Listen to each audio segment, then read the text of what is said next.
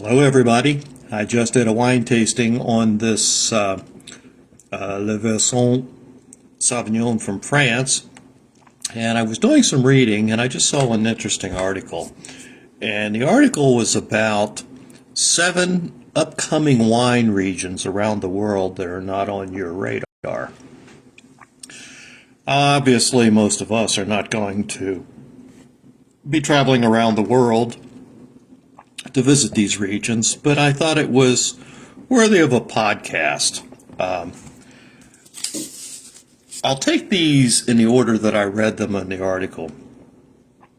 The first is Crete, Greece. Now, I have a significant number of Greek wines. I have drank quite a few Greek wines. I tend to favor the white Greek wines over the red Greek wines.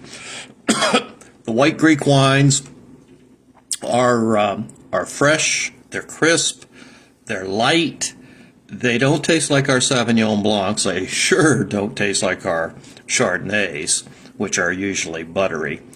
They have a floral note to them, somewhat fruity, not tropical fruity, but fruity, with even a hint of nuttiness in them a little bit, but they're very fresh and vibrant. Now, saying that, I don't know that I've had any wines from Crete in Greece. So I'm going to have to go downstairs and I'm going to have to look at my vineyard and see if there is any wines from Crete. The second area, and this is the one that really surprised me, is the upcoming region, is the state of New Jersey. I have drank wines from all over the United States. I can pretty much honestly tell you I have never had a glass of New Jersey wine. I knew that every state in the Union made wines, but I have never even seen a New Jersey bottle of wine for sale. I was in a fairly large wine store last year in northern New Jersey. Never occurred to me to look for New Jersey wines. Next time I'm in that area, I will look for New Jersey wines. New Jersey was a product of very Prohibition-era laws that prohibited winemaking. And I just read the article that 75%, well, those laws have been repealed, obviously. Since 1900, 24 years now, 75% of the wineries in New Jersey, and there are a significant number, I forgot to look to see how many, a significant number, 75%, have come into production just since 1900. All right, the next area is what is called the Euro Valley in Argentina. Argentina, we've all had Argentinian wines. Malbec is their signature grape. Malbec is most identifiable with Argentina as Cabernet Sauvignon is with Napa Valley in California. Now this Euro Valley, I don't even know where it's at in Argentina, but it's just a new area that they've discovered. I have seen a significant increase in wines from South America over the last 10, 15 years. I have quite a few in my wine cellar from Argentina and Chile. Now, that's going to lead into another wine region further down the list. The next one is Uruguay. I have never had a bottle of wine from Uruguay in South America. Now, they have a grape called, and I don't know if I'm pronouncing this right, Tannat. T-A-N-N-A-T, Tannat. Now, that's their signature grape in Uruguay. And they have made wine there for years, but it's my understanding from reading the article that their wines were overly extracted. And therefore, this particular Tannat grape, you'd think so with the name, and sure enough, it has a significant amount of tannins in it. So the wines were not very good. They were very tannic. There was not enough acid to balance the strong tannins in their wine in this Uruguay area. But I guess they have caught up on the curve with their brothers in Argentina and Chile and they're starting to make pretty good wines with this tannic grape. So I'm going to look for that. Armenia. I've never had a bottle of wine from Armenia. I was really surprised to read the article. I had read an article the other day that winemaking started about 6,000 years ago in that region. And the example that I used on the podcast was the country of Georgia and maybe Tajikistan, or one of the Stan countries. I had mentioned that. Well, this article I was just reading about, it says that Armenia goes back 6,000 years of winemaking history. And it was always good. I mean, it was always a highly producing area until the 1920s. And after Stalin and the Soviet Union came along, they prohibited or forbid Armenia to make wines. So winemaking all but completely disappeared in Armenia, even though it's one of the oldest producing places in the entire world, dating back 6,000 years. So until the Soviet Union fell, and I don't remember when that was, 1994, 2004, I don't know. But in any event, that's when winemaking started again. All right, the next of the 7 up-and-coming wine regions, the Texas Hill Country. Now, I do have a little bit of familiarity with the Texas Hill Country. My friend Charles Bonnewell, who's in my Runaway Camping group that I told you, he brings me wines each year to the Terre Haute Rally.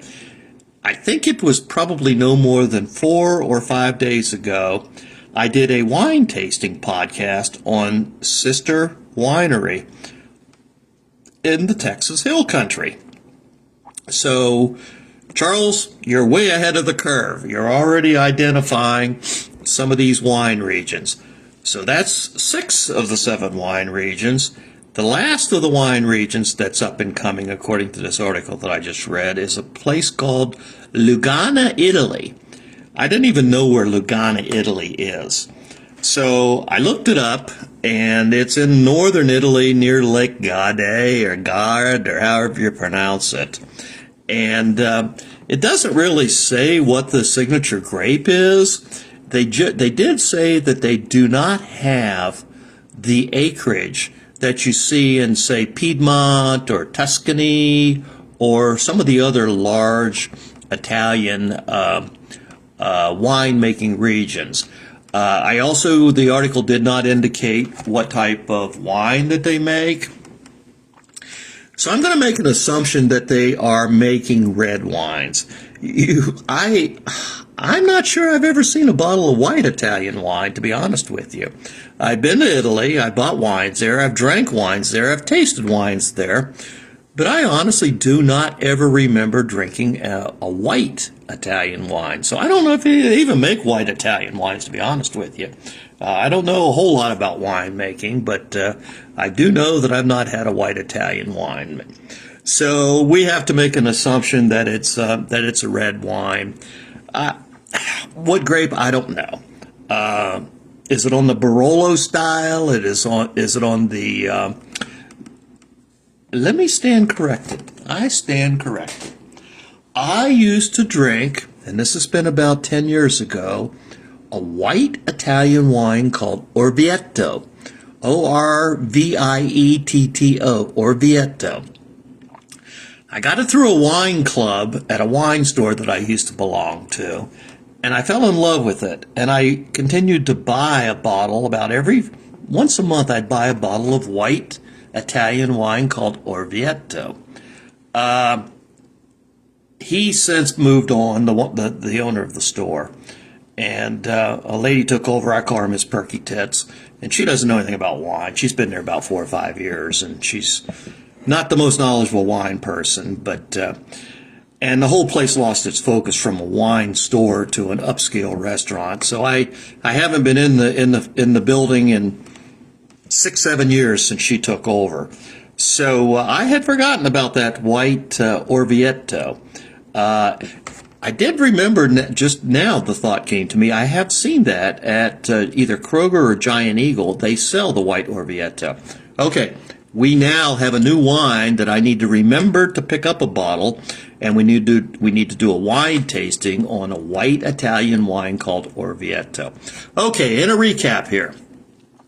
These are the 7 most unknown but upcoming wine regions around the world as reported by Wine Enthusiast magazine. By the way, there are two very important wine magazines. If you want to learn a lot about wine, you can either subscribe to the paper copy of the magazine, which is monthly, or you can get it digitally online. The most impressive one is Wine Spectator. It's world famous. It's probably the best wine magazine that's out there. I was a subscriber to Wine Spectator for probably 30 years. The other one is Wine Enthusiast, which is another American wine magazine, and it's a little different format than Wine Spectator, but it is also in the same category as an excellent wine magazine. I did also subscribe for about 15 years to a British wine magazine called Decanter. The price just got too high, and I finally I couldn't afford to pay that much for a magazine, an annual magazine subscription. So, but this 7 up-and-coming wine regions that I've been telling you about for the last 10 or 15 minutes, those are all up-and-coming wine regions as identified or reported by the Wine Enthusiast magazine. So again, the seven areas, some of these you and I will never ever visit, some we may. Crete, Greece, Crete on Greece. Like I said, I've had a lot of Greek wines, but I've never had a wine from Crete. New Jersey, that's the one that blew my socks off. I'm going to have to do a lot of reading up on New Jersey wines because I know nothing about it. I don't know what the indigenous grape is in New Jersey. From the climate area, I would say that probably they would do well with Cabernet Sauvignon, Cabernet Franc, some of the hardier cold climate red wines. I don't even know what area of New Jersey the wines are growing in. My guess would be northern New Jersey, but I'm going to check on that for you. Uruguay, never had an Uruguay. How do you pronounce it? Uruguayan wine? Uruguayan? I don't know. But their wine is a grape called the Tannin, as I mentioned. I'll have to read up on that. I've never had one. I'm going to have to look for a bottle of that. Armenia, my chances are probably slim to none that I'll ever have a bottle of wine from Armenia. But, you know, I've said that, but I've also ended up buying bottles of wine from Hungary. I bought a couple of bottles over the years from Hungary. Bulgaria, I've had several bottles of Bulgarian wine. If you ever visit a Whole Foods or Total Wines and More, they have these wines from all over the world. They may not have a very big selection, but you can pick those wines up. Texas Hill Country, that's number 6 on the list from Wine Enthusiast. And as I said, Charles Bonnewell, one of our fellow runaway campers, he's way ahead of the curve. He's been drinking Texas Hill wines for quite a while. He's been giving me a bottle or two, this year 3. Every year at the Terre Haute summer camping rally. And the last wine on the list was Lugana, Italy. Again, I've drank a lot of Italian wines. I've never heard of this region. So I'll have to look for that. All right, so now you got a little bit of more information on some upcoming wine areas around the world.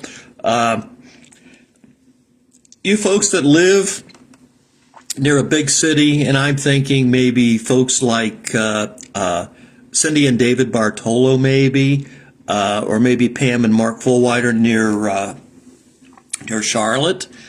I think that you folks might have access to a Total Wines and More.